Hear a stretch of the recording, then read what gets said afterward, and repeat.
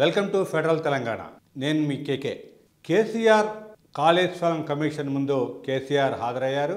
ఆ విచారణ ముగిసింది. మొత్తం 50 నిమిషాల పాటు కమిషన్ చైర్మన్ పిసి ఘోష్ ఒక్కడే కేసీఆర్ని విచారించడం జరిగింది. ఎందుకంటే ఇక్కడ మొన్నటి దాకా కూడా అందరి ముందు మిగతా వాళ్ళ విచారణ అయింది. అయితే ఇక్కడ ఇన్ కెమెరా విచారణ కావాలి, నాకు ఆరోగ్యం బాగలేదు, జలుబుగా ఉంది అని కేసీఆర్ కోరిన మీదట ఇప్పుడు 1-to-1 విచారణ అయితే కొనసాగింది. దీంట్లో ఇక్కడ 50 నిమిషాల్లో కాళేశ్వరం ప్రాజెక్టుకి సంబంధించిన పలు అంశాలని ఈ ఘోష్ కమిషన్ చైర్మన్ అడగటం జరిగింది.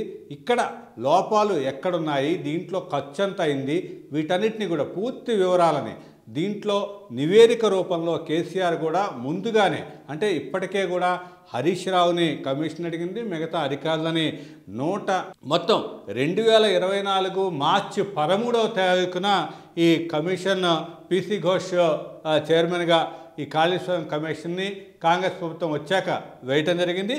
ఇక్కడ కమిషన్ మొత్తం అదే సంవత్సరం అంటే 2024 జూన్ 30 కల్లా విచారణ పూర్తి చేయాలి అనేది అయితే ముందుగా నిర్ధారించిన విషయం ప్రభుత్వం.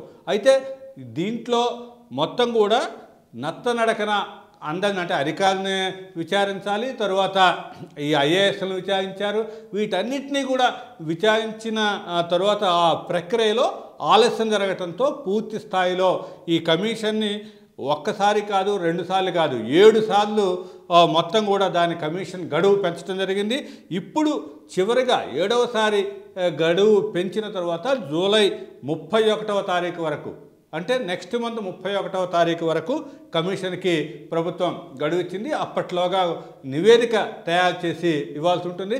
కాబట్టి ఇప్పుడు చివరిగా అంటే ఇంకా అధికారులని, ఐఏఎస్లని, అప్పటి ప్రభుత్వ ప్రధాన కార్యదర్శిని, తర్వాత అప్పట్లో ఆర్థిక మంత్రిగా పనిచేసిన ఈటెల, తర్వాత నీటిపారుదల శాఖ మంత్రిగా పనిచేసిన హరీష్ రావు, వీళ్ళందరినీ కూడా విచారించింది. చివరిగా మొత్తం కేసీఆర్ని, అంటే అప్పటి ముఖ్యమంత్రిగా ఉన్న కేసీఆర్ని విచారించడం జరిగింది. ఇప్పుడు కేసీఆర్ చెప్పిన దాన్ని బట్టి పూర్తి స్థాయి రిపోర్ట్ని అయితే పిసి ఘోష్ కమిషన్ ప్రభుత్వానికి అందజేస్తుంది. ఇప్పుడు 31 లాగా, అంటే జూలై 31 దాకా కమిషన్కి టైం ఉంది కాబట్టి అప్పట్లాగా పూర్తి స్థాయిలో నివేదిక అయితే రిపోర్ట్ సిద్ధమవుతుంది.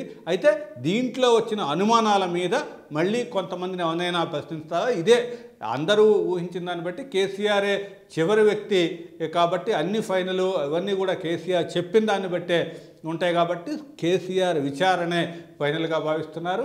అయితే ఇప్పుడు కేసీఆర్ హాజరయ్యే ముందు కూడా బీఆర్ఎస్ శ్రేణులైతే మంది మార్బలంతో కార్యకర్తలు కూడా వందలాది మంది ఇక్కడ బీఆర్కే భవన్కి తరలిరావటం జరిగింది.